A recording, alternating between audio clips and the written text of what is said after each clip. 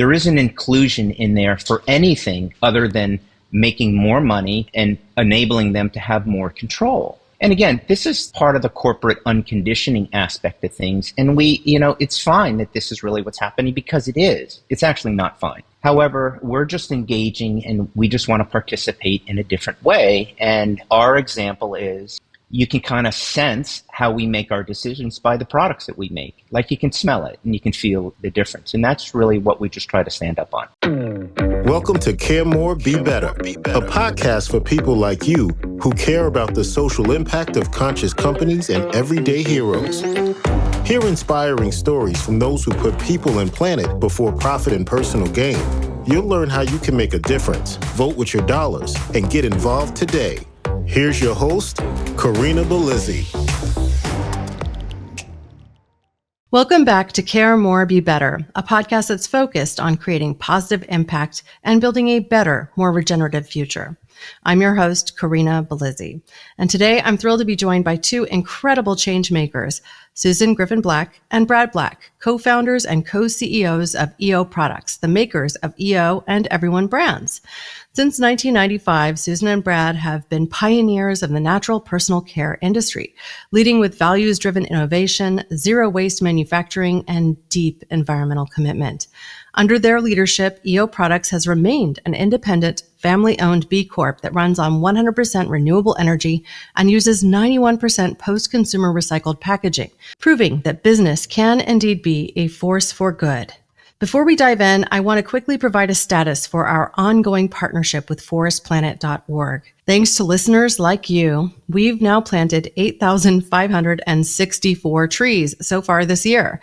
We plant one tree for every subscriber on our primary platforms, which are Apple Podcasts, Spotify, YouTube, and also on our newsletter at caremorebebetter.com. This means up to 4 trees will be planted for each supporter of the show.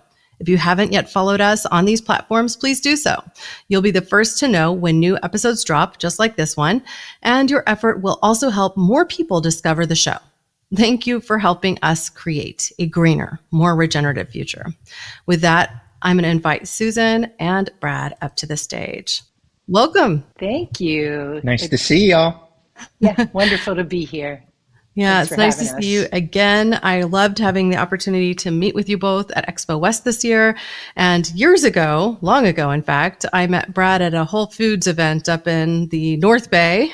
Mm-hmm. So we've been connected for some time, even if just by being proxies in the industry. Yes. I wanted to start by getting a history of what you have already accomplished. You founded EO Products in your San Francisco garage back in 1995. This is the story of many fledgling brands in our industry in the 90s.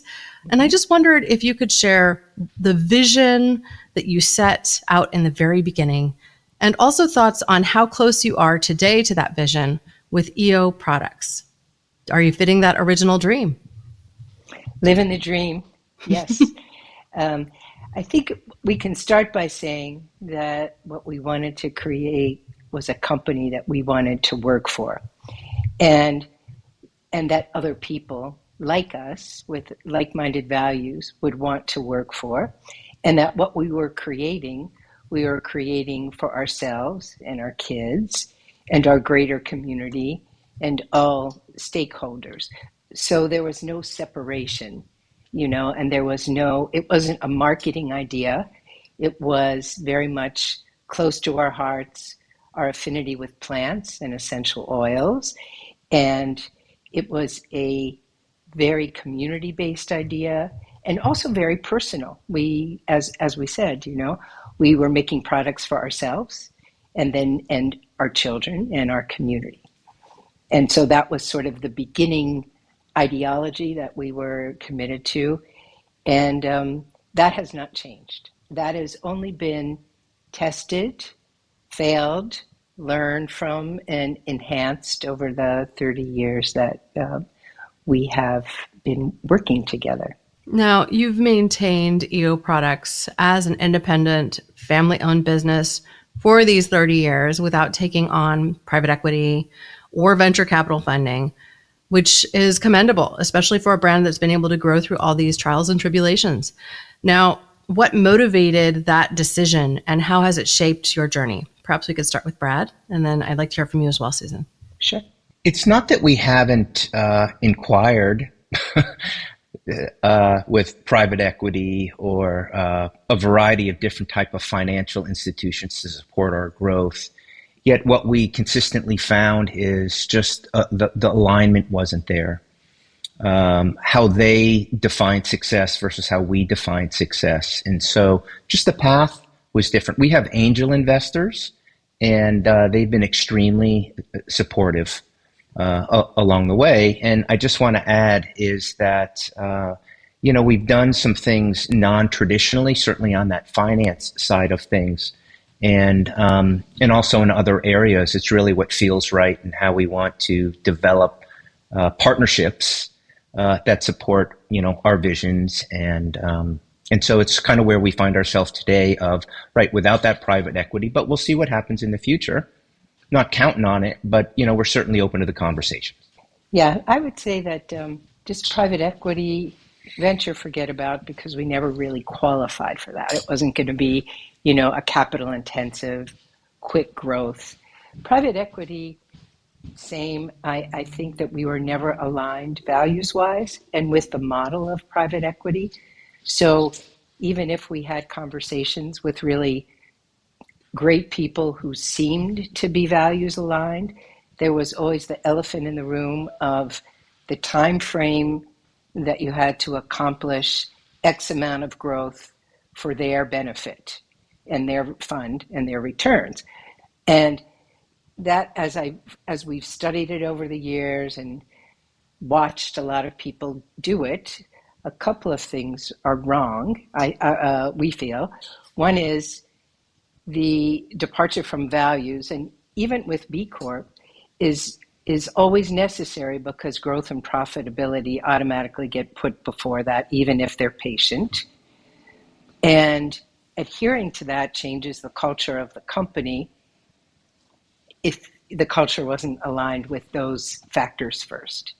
So it's been pretty simple in the process because we've had many meetings, we've had a lot of conversations, and much prefer debt, working with a great bank, beneficial bank, who are as values aligned as a bank could possibly be, and would much rather risk the debt, do less, grow slower, all of the things that come with making that decision, and also have controlling interest, and being able to stay aligned with our values. Well, I have to say, this causes me to also reflect on my experience of working with UR Opheim to grow Nordic Naturals.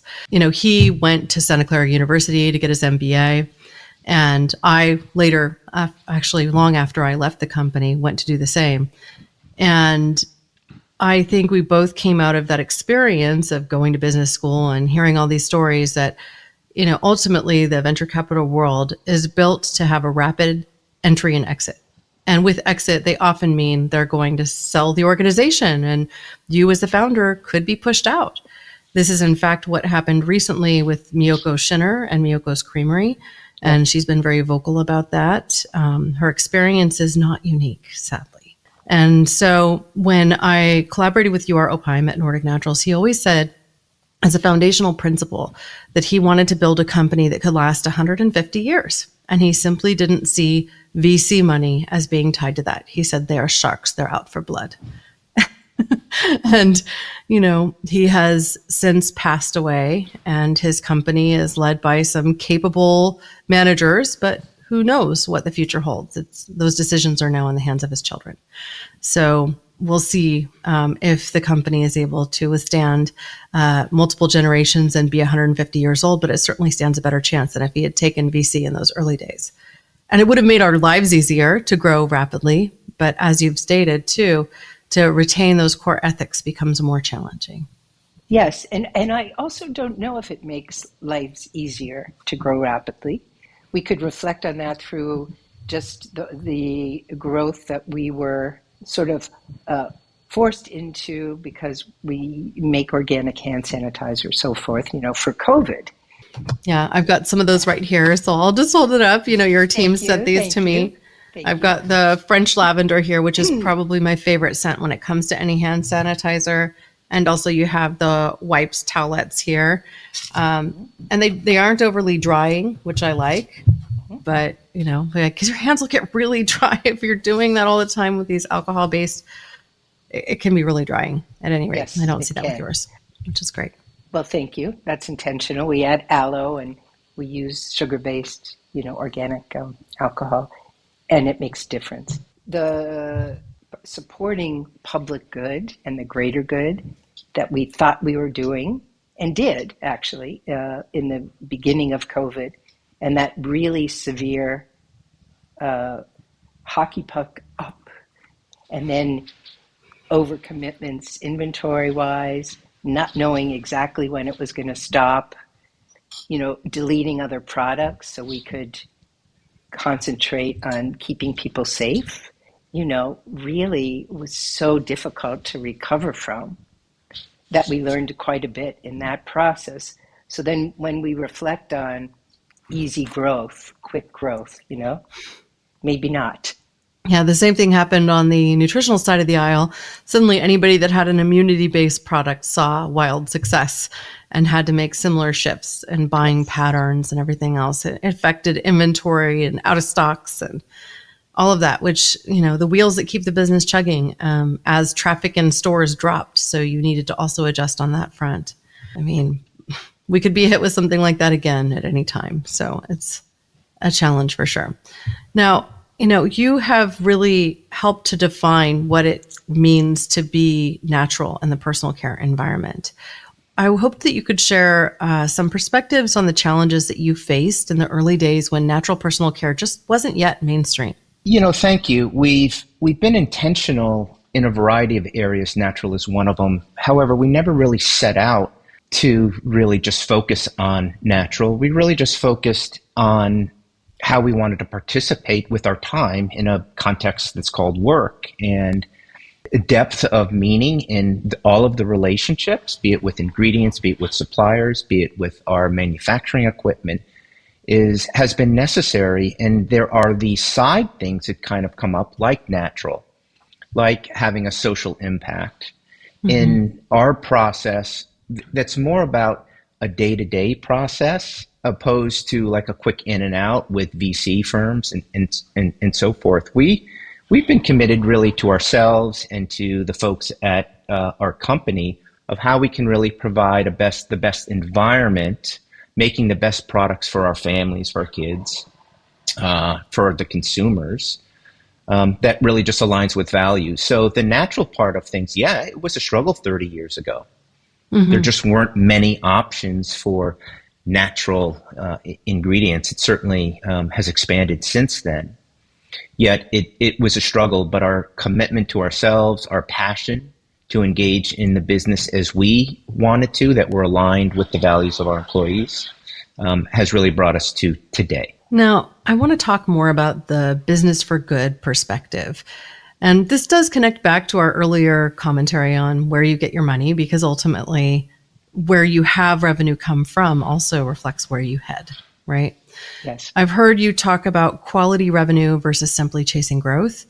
I wonder if you could explain this philosophy and how it's guided your business through the many decisions you've had to face. So I would say we really learned that over time, and with making the mistake of growth for growth's sake, sayings like, top line vanity versus bottom line sanity, along with no margin, no mission, right?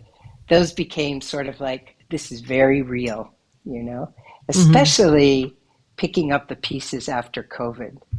Because, as opposed to the PE timeline and formulaic structure, what we experienced with those sort of accounts was very different.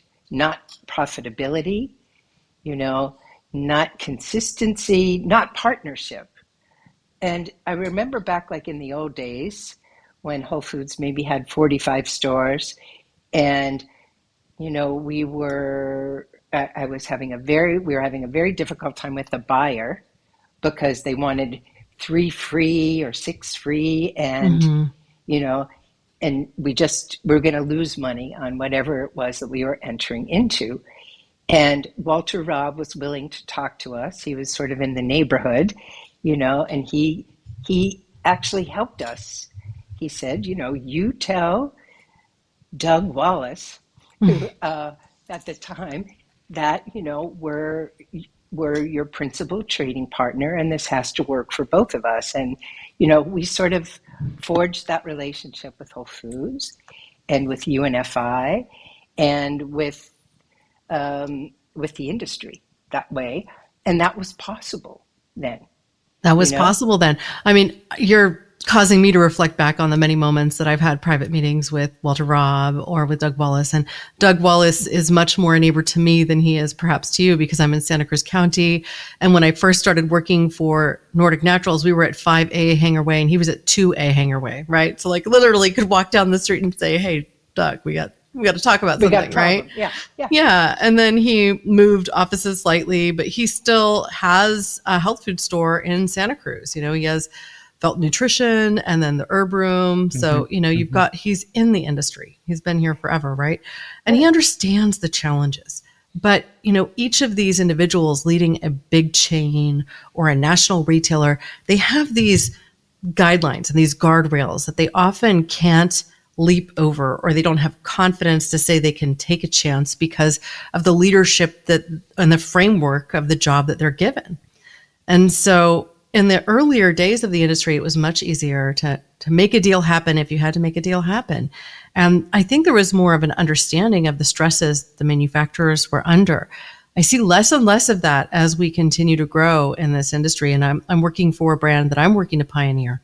And so I'm sure you can understand how challenging that might be too, because if you're not ready to go into distribution with a UNFI or one of these big guys, it's going to take 25%, 30, 35% of your profit off the top automatically.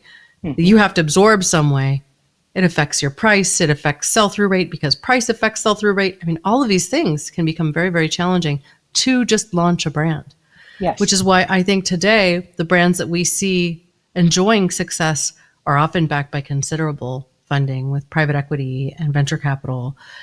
And they may or may not survive that 5-year, point. Yeah. And then that has to do too with how you're formulating, how much you can spend on ingredients, mm-hmm. because a lot of that has to be taken up by marketing. Yep. And, we're makers, not marketers.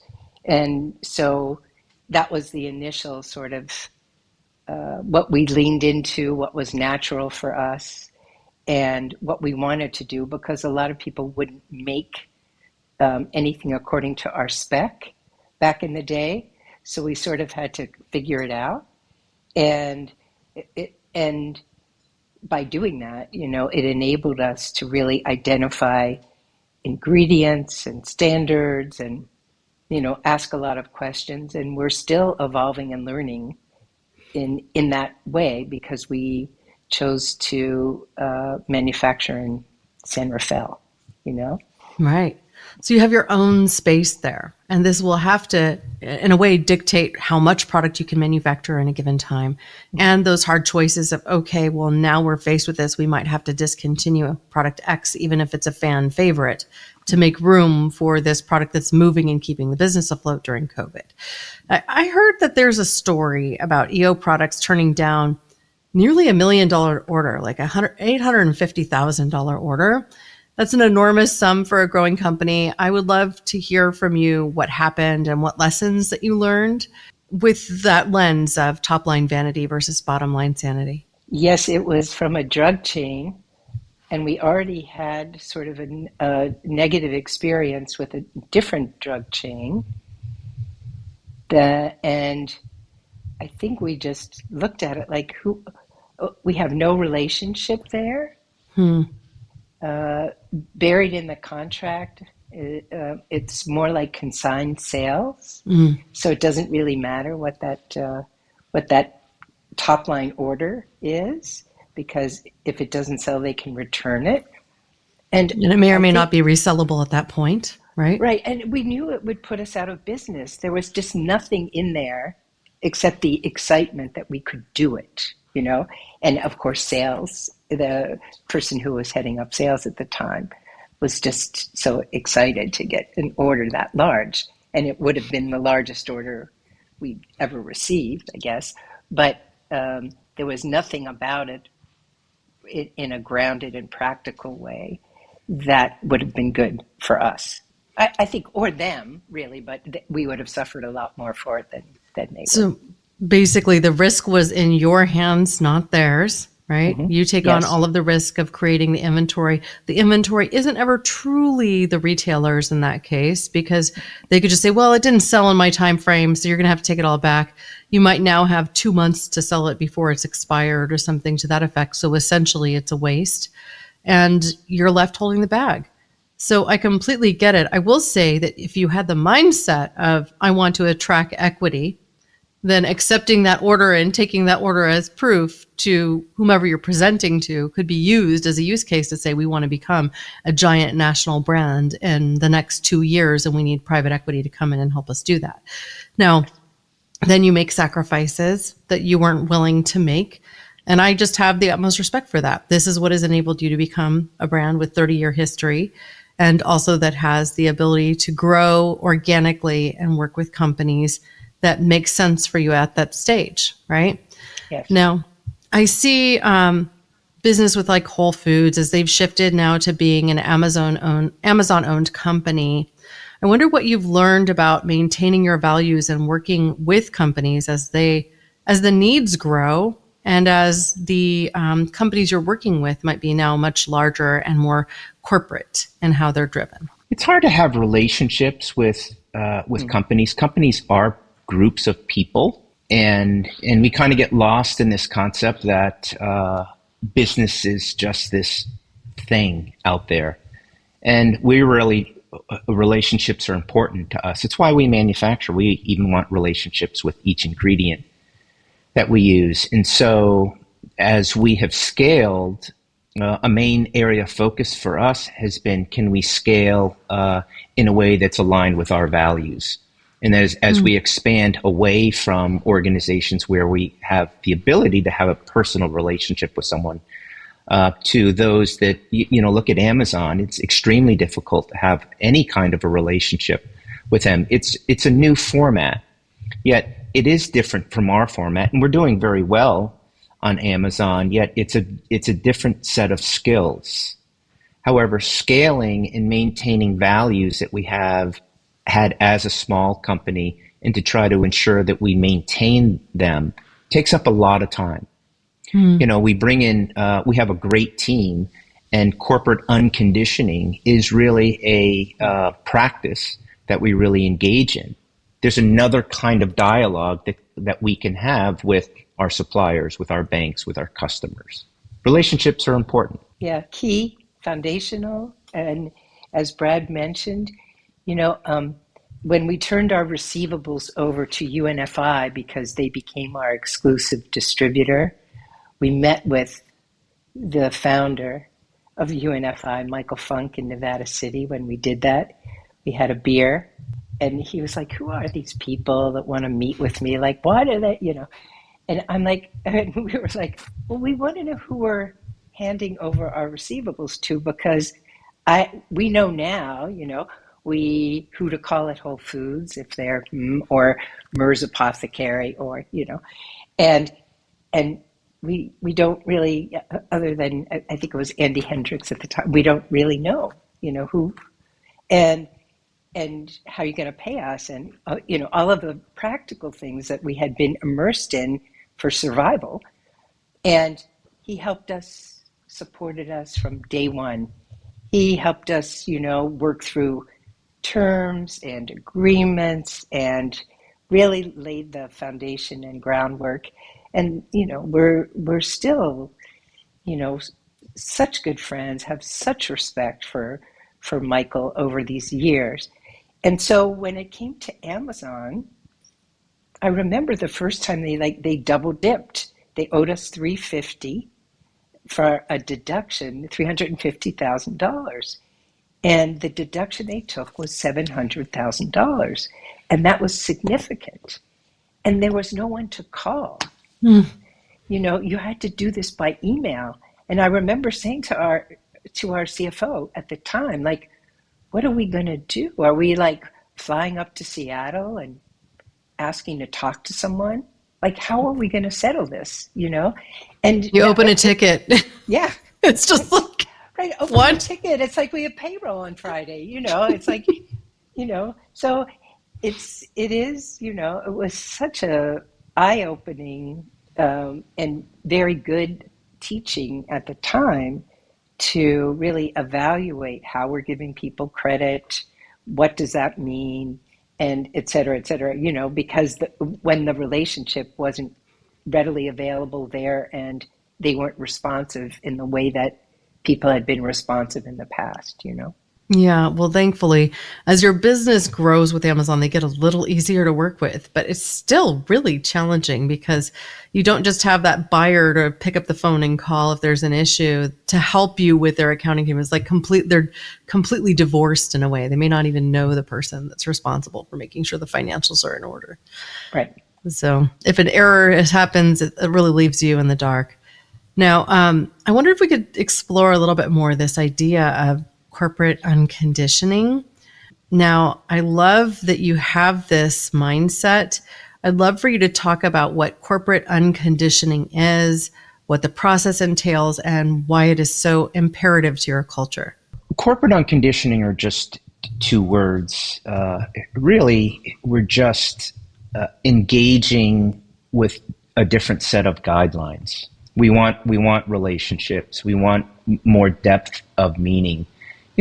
Profitability does come with, you can certainly have it, with quick in and outs, and much of business is that way today. Yet we have found what's most effective for us is more depth. Can we sell more current items in current accounts? Can we have deeper conversations and, more of a relationship to kind of work through the issues that come up?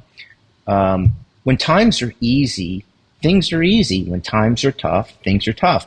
And the way to get through it in a scenario that's perhaps a win-win for both sides is you got to have a deeper relationship. And so the corporate unconditioning, you're just playing with just a different set of values, and we're just driving things a little bit deeper.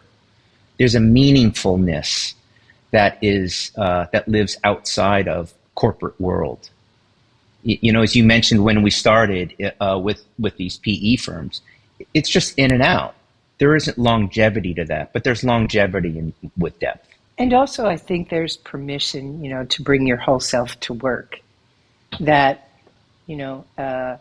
yes, there's a level of best practices and professionalism, but that doesn't exclude picking up a sick kid from work and really having no recourse to that. Like, we're saying what we do and doing what we say.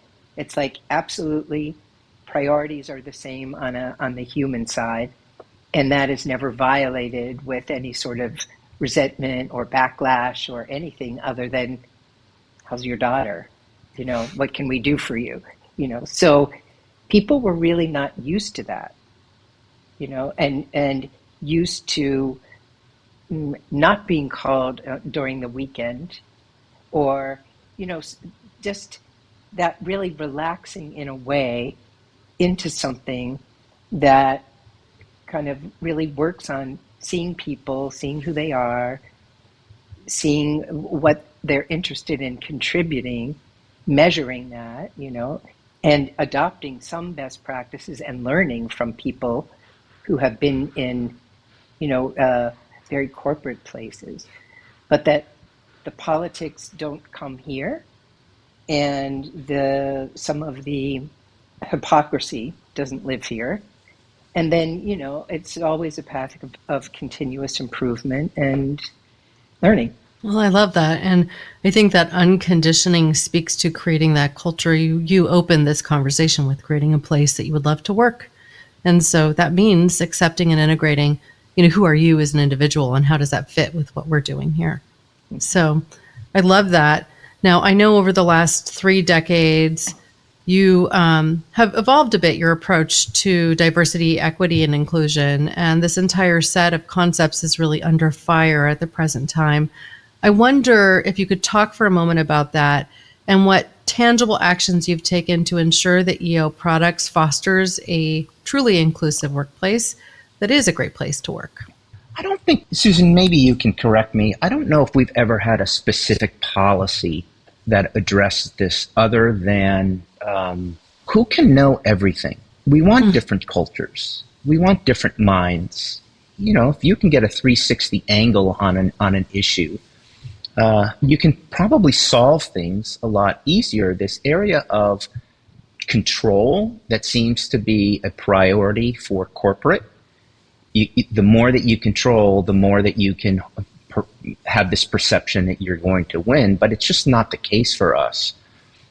We're actively engaged, or we at least aspire to be actively engaged with everyone in our company, and it starts with our manufacturing teams all the way up to the corporate level, from many different countries, many different cultures. And so if we have an open door policy to constantly have these dialogues, and many of the dialogues are a surprise because they're just out of mind, in a sense, for me and for us. And so it's one of the more exciting areas of how I spend my day, is to learn new things or to help others learn things. You know, change is an area that we feel is negative, but it's the only constant thing. And so we try to embrace that.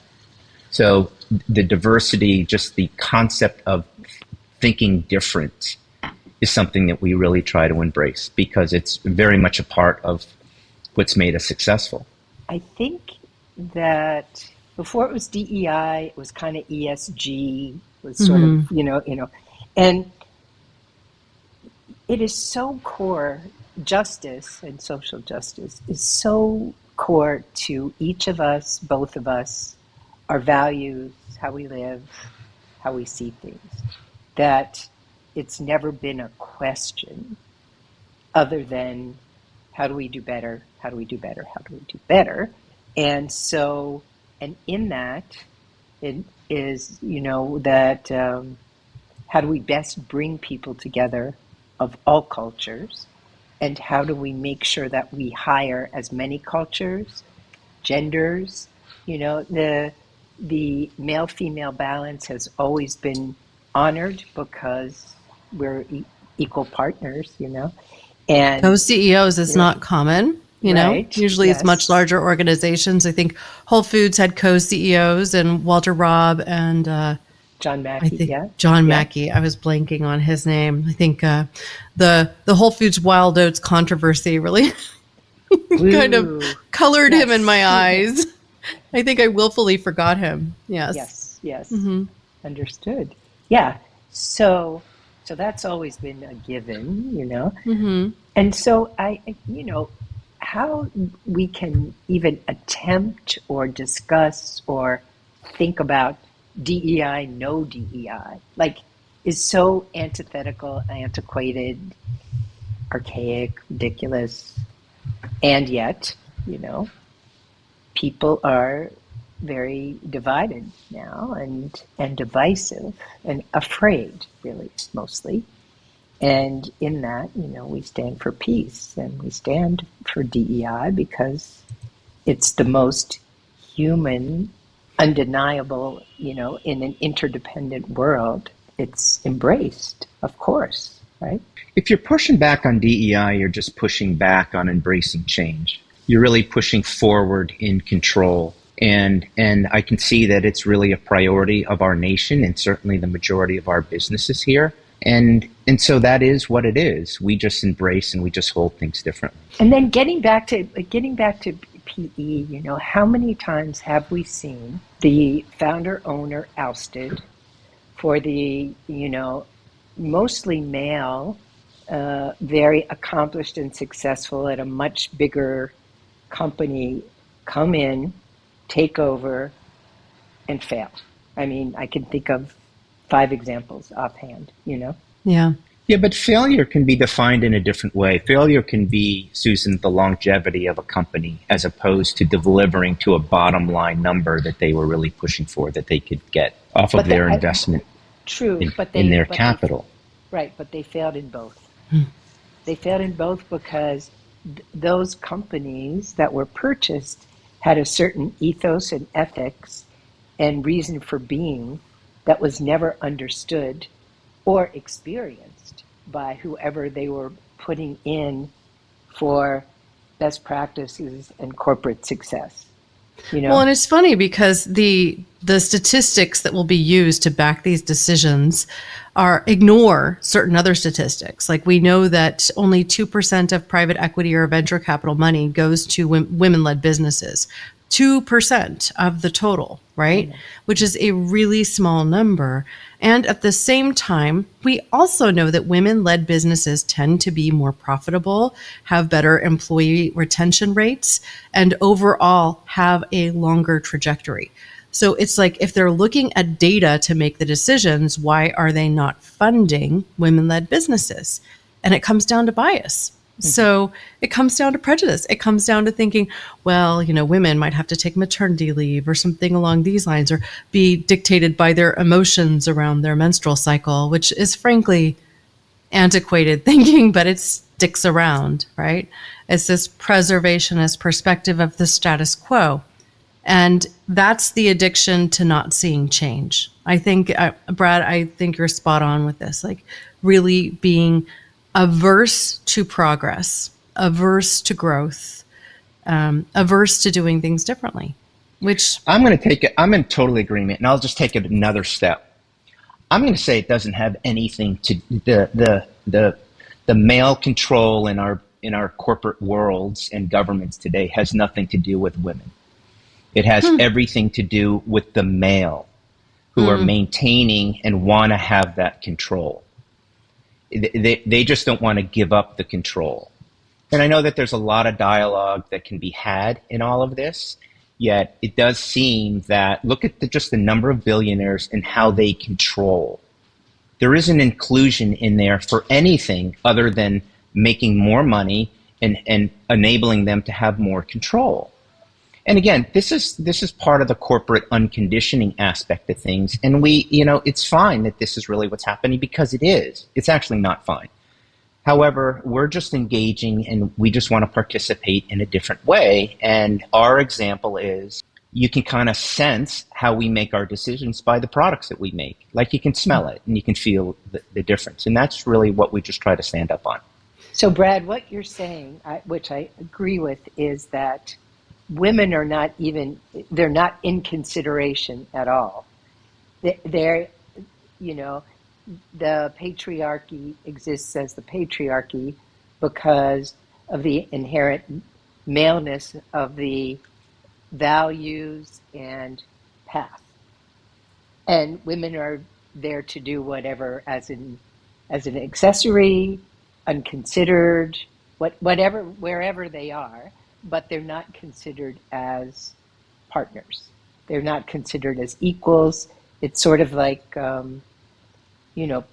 puts us back to the 50s in some ways. I think we're moving forward. Just the time frame is a little bit off, because I think we started this, 8,000 years ago with, men running at saber-toothed tigers crashing through the camp with a stick, and then finally saber-toothed tigers are gone, but we just haven't really updated. We haven't had time to update DNA or whatever that is, but that male aggression still lives within us. And that's the part that has to change. We need more community. We need more conversations. We need more compromise. We need more, the best families in the world have a strong participant mother and father. Loving, caring. It just doesn't take place in the business world because there just seems like there's corporate conditioning. Well, I don't disagree. And I think, it's the sad reality of the present world. Now, I've heard other leaders talk about this as the dying breaths of patriarchy, or what is bringing up this groundswell. And part of me believes that that's exactly what's true, and that this is part of a cycle that continues with time, and why we see progress occur and then the patriarchy coming up to try and crush that progress and keep it at bay. So that we've seen this happen from 1970s in the Middle East to present day in the Middle East. The quashing of female expression, no longer can you go out in a skirt. Now you have to be in a burqa type of thing. And so, if the patriarchy can be successful and basically having their giant wave crash on top of this upwelling of progress, then we can shift the dynamism back to an earlier day as a society, lose a lot of rights on the part of the whole, and then work to try and come back again in another cycle. And I mean, I'm hopeful that we will emerge from this mess in the next few years, but also have a healthy level of fear, I think, about where we are, where we'll be in 10 years. And, I think as exemplars in the industry of holding to your values and your ethics, you are part of a movement that keeps sanity in play. And my hope is to see many more brands like yours continue to succeed with longevity, as opposed to being gobbled up by a larger conglomerate and losing their essence. Because frankly, that's what we see. Mm-hmm. How many companies have we seen over the last decade be swallowed by Clorox or Procter & Gamble? And the stories that those companies now tell are diluted, watered down, and even inconsequential. New Chapter mattered a lot 5 years ago. I don't know that they matter so much anymore. Yes. And it's just one big example. It was bought by Procter & Gamble. I wonder if you have insights that come from that, perspectives of survival as a brand. Yes. I remember having this conversation 100 years ago with Irwin Simon, who was the CEO and founder of Hain Celestial. And he had just purchased 5 personal care brands. I think it was Alba, Queen Helene, Zia, Avalon, and there was another one. And they were basically a food company, but he liked the margins in personal care. And I remember asking him, what are you going to do with all of those brands? Because I was also in the back of my mind thinking about Celestial Seasonings and what a great run they had, and then Hain bought them. And, when you sort of just bring all of this together for the sake of efficiency and the op side of it for greater profit, which is really the sort of container of belief for that activity, then you have the individuality of the founder, ethos, care, everything sort of just is diluted by the tyranny of scale, So, and that's a great word combination, tyranny of scale. I think you could write a book about that. Paul Hawken. Yes. Growing a business. Yeah. That's right. So when I think about that and look at that, it's pretty much based on greed and then doing the best you can within that storyline. Because, we have 2 brands and it is really difficult. It is exponentially harder, than one brand. So I can only imagine the shift when you get into 10 or 5 or whatever, because the amount of attention, that we gave EO for those years before we started everyone, very different results and very different time and energy and resources, and having to balance that also, I'm glad you brought this up for a couple of reasons. First, I want to start by saying, when you mentioned Hain buying all these brands, I thought Avila and Alba were offshoots of the same brand originally because they look so much alike today. Mm-hmm. So, there's something that happens when you bring brands together under an umbrella. Often they start to look very similar, sound very similar, have similar formulas, all these things can start to drift, right? Yes. And I think that's happened with brands owned under these umbrellas. The other is that before I started prep work for this interview, I thought that EO and Everyone were completely wholly different and differently owned brands. My perception was that Everyone was more of a mass market brand. And so I would love for you to talk a little bit more about what makes each of these brands different and unique, and how you've served the unique challenges of presenting both to make them successful. EO is our baby. It's like a firstborn, and we've learned so much from her, and Everyone. The timing was right for us to launch another brand because we had learned so much. It was really our MBA with EO, and after about 15 years, there were just wonderful opportunities that we could expand into, however, not with EO. And so it was like taking our best thinking, making it a little bit more value, and the time that we launched it, the larger sizes were important, simplifying. That's why we did like a 3-in-1 soap versus a 3 different products. And however, it is a behemoth, as Susan said. It's like 2 kids. And it's really just not plus 2. It's like 2 times, I've always said that with kids, especially kids who are close in age, and our kids are 10 years apart, and a different dad for my son, and Brad is really his dad. And I just always could, by witnessing kids close together, it was exponential. Like, it was one thing to work and do your life and manage if you had one. But if you had 2 who were a couple of years apart, it just turned into a whole different thing. And so similarly, and fortunately, Everyone came out of a certain need that we saw in the market, that we sort of tested the concept at Whole Foods doing a collab. And then legal didn't like the collab at Whole Foods because we were the only ones, and it wasn't private label and it wasn't branded. It was sort of in the middle. And then really out of that came Everyone, along with our son coming home and, looking at products in the bathroom. And they're like, Mama, we can't, EO's too expensive and it's too small. And, so it was all very sort of organic, the way that it started.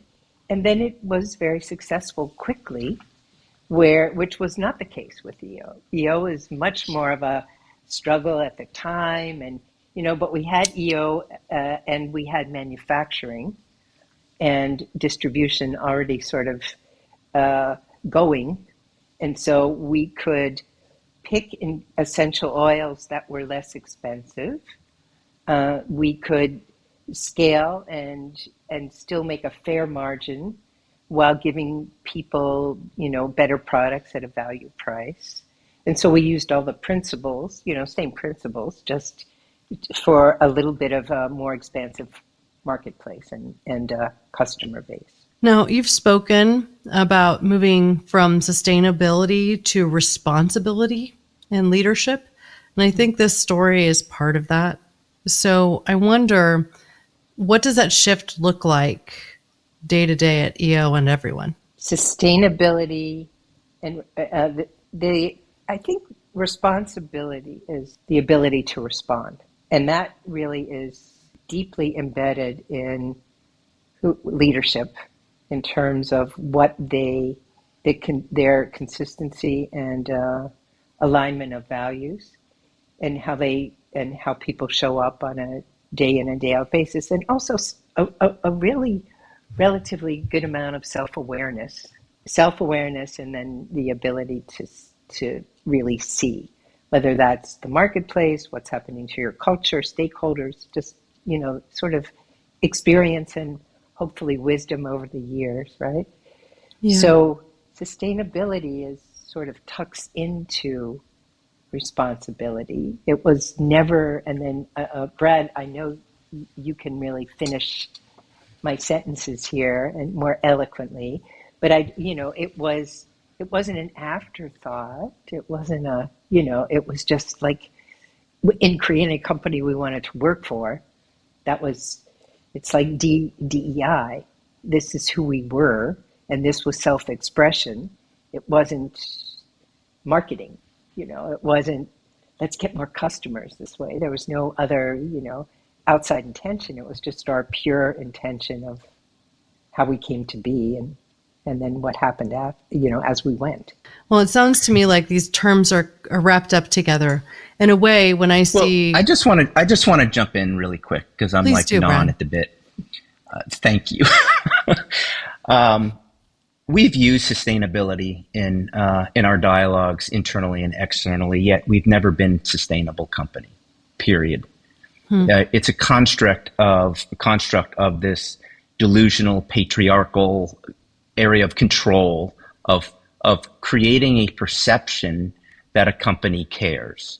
And they may care, yet it's not just in sustainability. Sustainability has really become an avenue around Earth. It's an offshoot of fitness in the 70s and organic and green and yet we've always aspired to be more responsible. What is responsible finance? What we talked about earlier. What is responsible growth? What is responsible marketing? What is responsible human resources or people? Like there's a lot of slices in the business pie, and sustainability or our attention and our aspiration to take care of the earth through this concept that we're saying is sustainable is just one piece. How we, do we pay? Look at the disparity in wages between C-levels and founders to, the entry level starting positions. It's abhorrent. It's terrible. And so I think that we're really looking at other pieces of the pie as well. We're engaged, obviously, with earthly initiatives to take care of, to try to create the lightest footprint as possible. However, we're also engaged in paying our folks a reasonable, livable wage. We're donating in organizations. We're just, it's just such a broader conversation than just on the sustainable front. So I just wanted to sneak that in. Well, I don't think it's sneaking it in, Brad. I'm just saying I do think it's refreshing to hear that because, the word sustainability has in a way been corrupted. And I think this is part of the movement to use a new word, to use the word regenerative, which has been gaining steam in our industry. You mentioned earlier Paul Hawken and his work with growing a business, an early work he did called Blessed Unrest, the latest, which is Carbon, the Book of Life. But before that was Regeneration, ending the climate crisis in one generation. And just walking the halls of Expo 2023 and 2024, 2025, you see this word starting to kind of come up and crest almost, It's gaining momentum in business conversations. We are a regenerative business.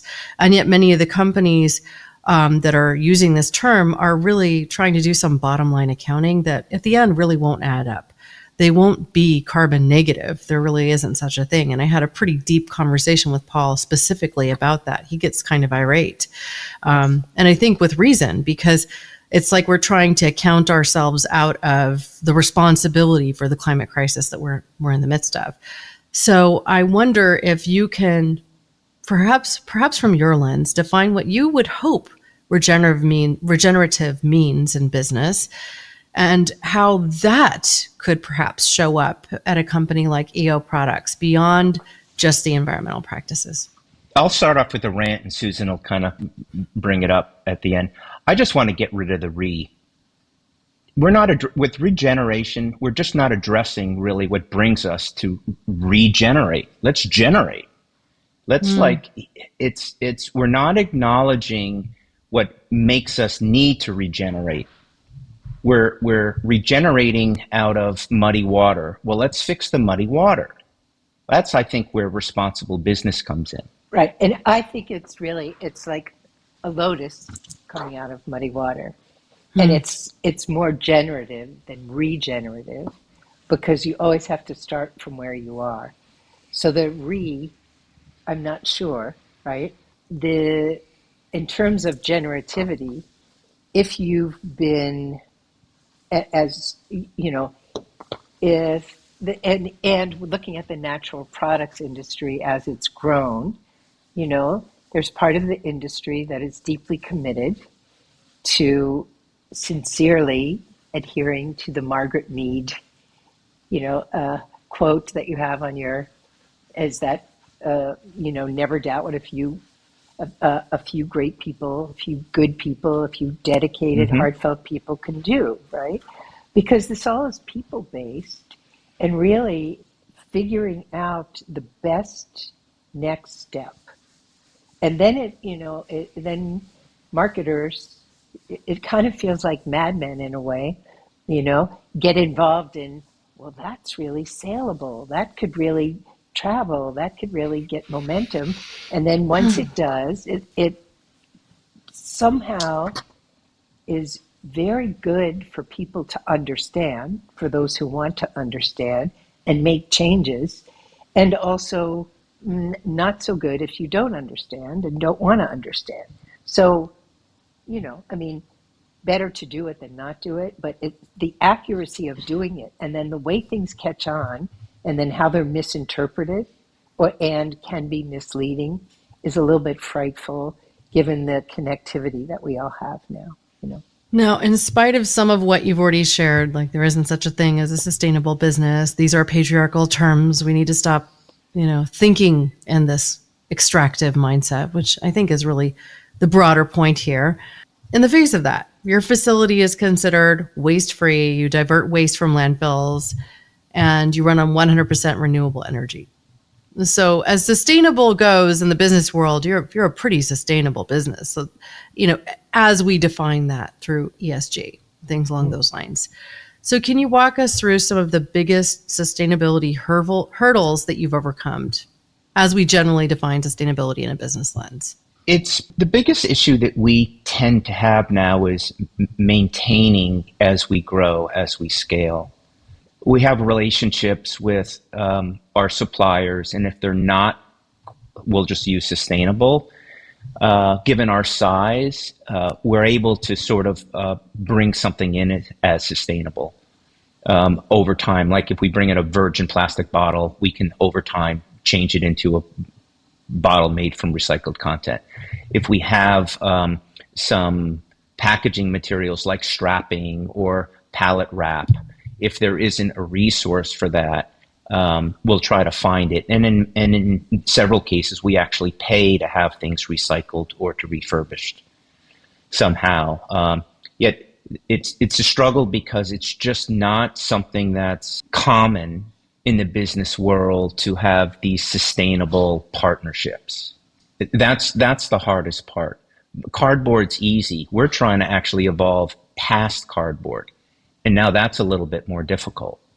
Can we utilize maybe some of the cardboard that we're using and then not have to buy as much or reuse it somehow? Are there other? So that's kind of where we're trying to live is sort of the end. How can we eliminate 55-gallon drums? Well, then you bring in 350-gallon totes. Well, then how do you eliminate those? So it's always the then what. And it's the change in it, but it's just difficult because it's just not common out there. There are just not a lot of companies that recycle.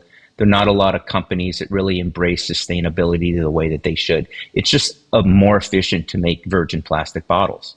It's more efficient to just not recycled cardboard in the same boxes that you ship them with that we've tried to do. Yeah. Well, I love that you're approaching packaging innovation, but you're also approaching the raw material supply packaging innovation, because so many people, they leave that part of the equation out and they say, oh, well, our product is in 60% post-consumer recycled or PCR plastic, something to that effect. That's because that's often because they don't manufacture, right? Yeah. So if you don't manufacture, then you don't really see Right. that, You don't see all of it. that part of it, right? Yeah. It's just like when consumers go to the grocery store and they go to pick up their fruits and vegetables and they're coming to them plastic free in that particular point, unless they put it in a plastic bag. But how did it get packaged to the grocery store? And how did it get packaged from the harvest point to the co-packer that then delivered it to the grocery store? And we don't have visibility to all of these things. So supply chain visibility is something that is near impossible to truly have unless you're involved in procurement at every stage. So Right. I think that's a really, really good point. I would also love to know, just as an organization, how you tackle transparency and whether you have KPIs or key performance indicators defined to help with that. Well, I just kind of wanted to start with B Corp because it nicely fits in here. And then, Brad, you can take it. I think you'll better answer it from there.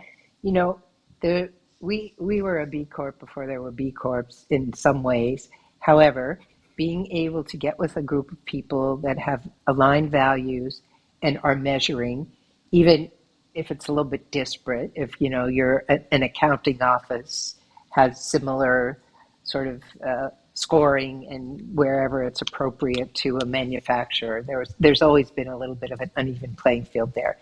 But given the tool of measurement and really having to think about where we were falling short has been a very good practice for all of us, I think. And then, you know, B Corp is it's debatable in terms of their foundational values and how they're interpreting them going forward. So that's an open conversation, right? So then it's sort of, okay, we're measuring that way, but how did we measure before? And what, in addition to that, are we measuring? So, Brad, maybe you can talk from that point. It's such a great question about KPIs and transparency, and EBITDA has been a very important metric for us in the last year or so. And we've spent a tremendous amount of time educating our folks from entry level all the way to the top, multiple times about exactly what is EBITDA.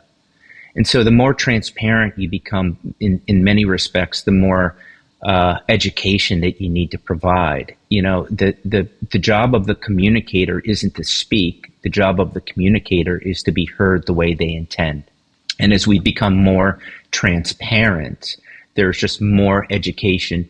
You could say it's hand-holding, but it's patience, because we want to communicate and we want it to be able to be received how we intend.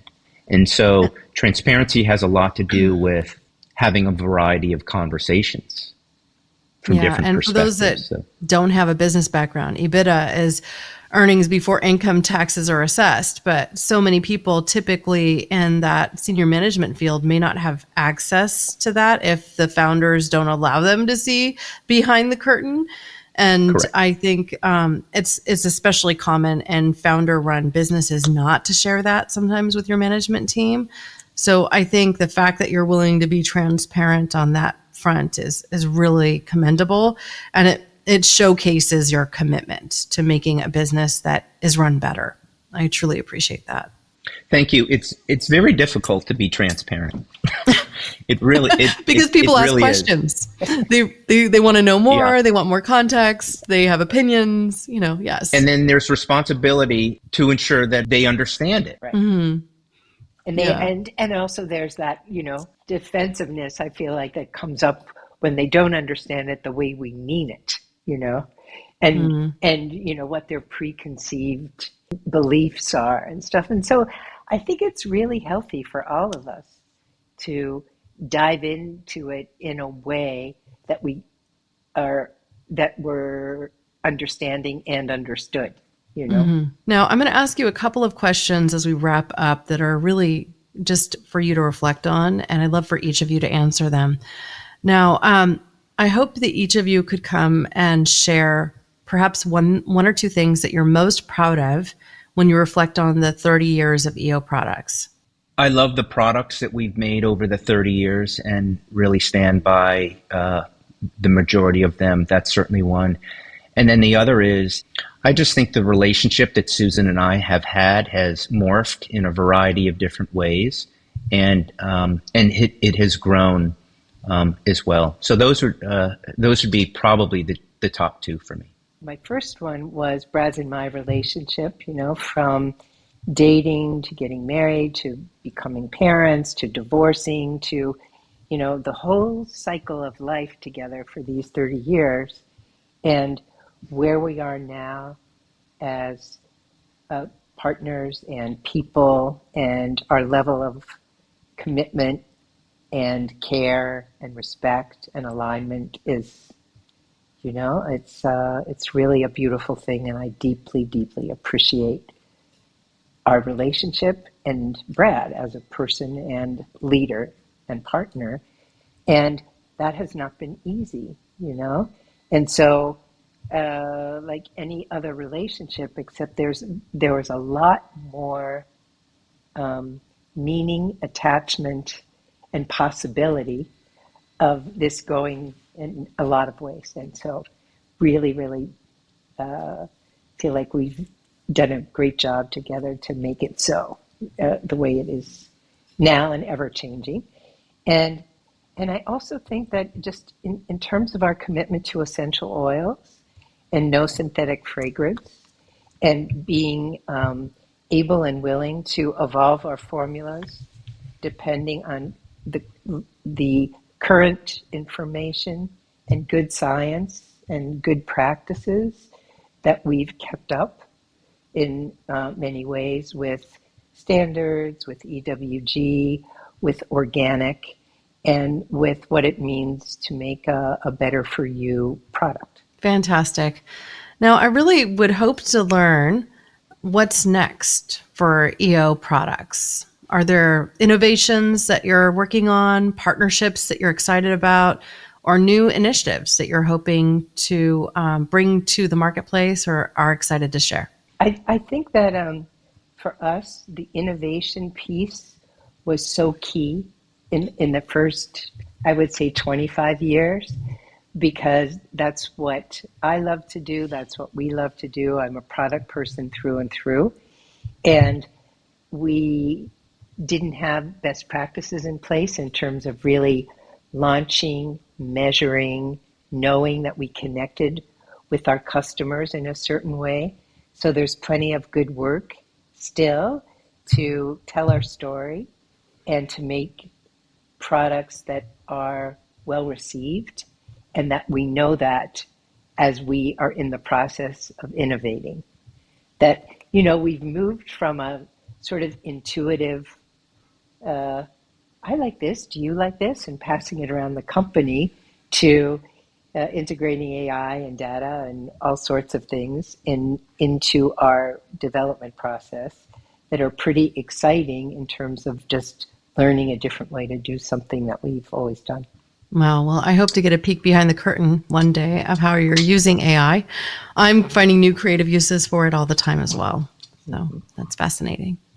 Brad? If you ask a family about, hey, what's new with your kids and, over the next 5-10 years, and a lot of the response would be, hey, we're taking it one day at a time. And, with kids, it's like they change at 5 years and 10 years old and 15 years old and 20 years old. And scaling and just staying in business, maintaining values is difficult.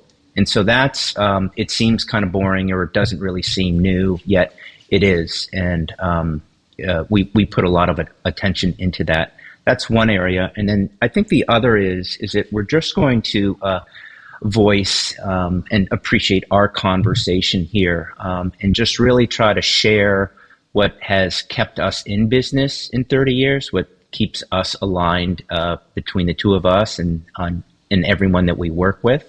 I think that that's really important. And so we just want to share and to be helpful to others, to allow them to really optimize things for themselves in a meaningful manner. That's beautiful. Now, creating a business that can last decades is amazing. Creating a business that can survive the dissolution of a marriage while maintaining the ability to lead the company together is also amazing. I just have to say hats off to both of you for creating a business that can survive difficult times and be positioned for continual growth. Creating responsible products, responsibly managed products. I mean, this is something to be commended. I look forward to one day being able to visit your facility and touring it myself and getting to shake hands again and see how your products are made, because frankly, I've been behind the scenes of how soaps are manufactured. I've been behind the scenes of how supplements are manufactured, and I'm really curious to see how yours is done differently. You are most welcome anytime. Yes, we'd love to have you. And thank you so much. Thank you for joining me. Wow, getting to meet both Susan and Brad and go through this deep discussion, see their passion in real time, and hear their incredible story has been quite the experience. I know that I personally love their hand sanitizers. They now have a deodorant wipeout, which was new to me, so I now keep that in my car. I encourage you to check out their products. When you're shopping at Whole Foods or other natural food stores, you're bound to come across them, and the Everyone label is more broadly available. You can also find these products on Amazon.com and, of course, on eoproducts.com. I will be sure to include links to everywhere you can find EO products and Susan and Brad with show notes. For everyone tuning in, if you're looking to support brands that walk the walk when it comes to sustainability and business for good, definitely check them out.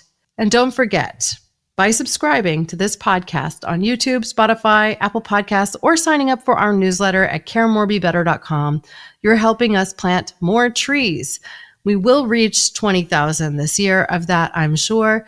We're already at 8,564 as of the recording of this episode on April 28th. Thank you, listeners and watchers, for joining me today. Together, we can care more, we can be better, and we can build a truly regenerative or generative future.